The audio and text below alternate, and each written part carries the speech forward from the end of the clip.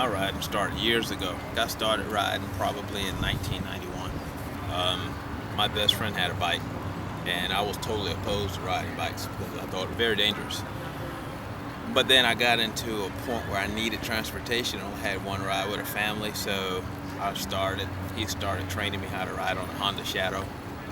I'm like, it's not as bad as I thought it was.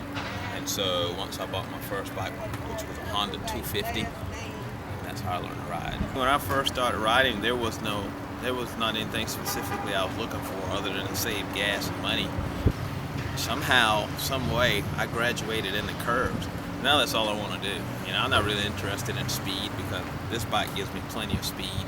But the question is, how low can you go and how fast can you get into a curve? When you're on the track, it's always a competition. If you're there by yourself or you're beginning like I did the one time, it was great. But I did find myself wanting to compete with other guys who had a little bit what I call bigger balls than I did.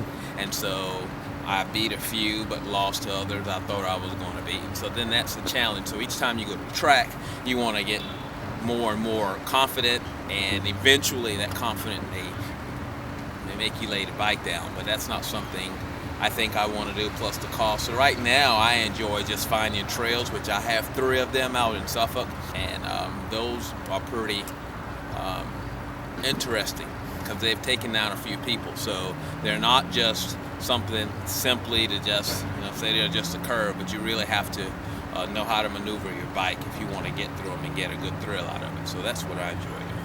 I take it you're a Steelers fan?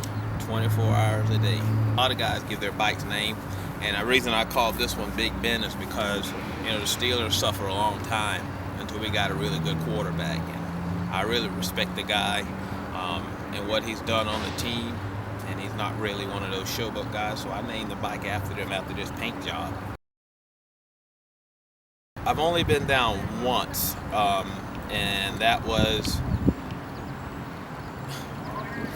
I'm still baffled how it happened, even though I think I know what happened. I think I made a turn basically from the beginning, and I hit the throttle before the bike was straight, and not knowing what to do, I kind of panicked, and the bike just spun out from under me, and I went face down on the highway. But I wasn't going that fast. I just rolled, got up, and pushed the bike off the wheel. The injury was minor. From that experience of going down to the ground, next time I'm learning not to panic. I was a member of a group called 757 Hampton Riders. I forget the name of the group, but I met those guys, and another guy from 757 met those guys, and then when we were on a ride, it was asking me, have you ever heard of 757? I said no, because that group was falling apart. And so I looked it up on Facebook and met Justin and everybody. I joined the group, and then I finally met over at Volvo Parkway from running the rides.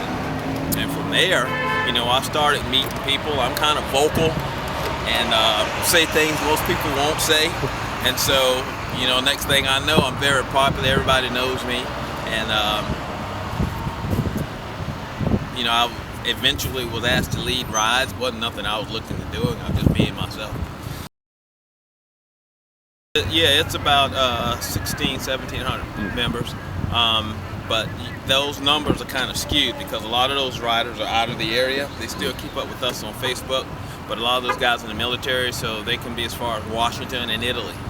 I would say we're probably around 800 in the area. My favorite riding experience is going to the back of the Dragon. There's no words to describe that, because once you get out there in those mountains and those curves, it's all about you. You have friends out there who may ride a little bit more courageous than you will. Maybe there's some guys, and I know have taken more chances than I am, but everybody knows, even the guys who've been with me out there, knows that ride is always about you, okay? Not about what someone else does, because those curves are hairpin tight, inclines and declines. So you ride it to feel it out, and then you want to see how, what's your testosterone level. So that is, there's out of all the rides I've been on and enjoyed, nothing tops the back of the Dragon. Then we'll get back at it next year. Looking forward to riding, doing a little different journeys and rides this time, a little longer rides, stretch it out on the trailer maybe.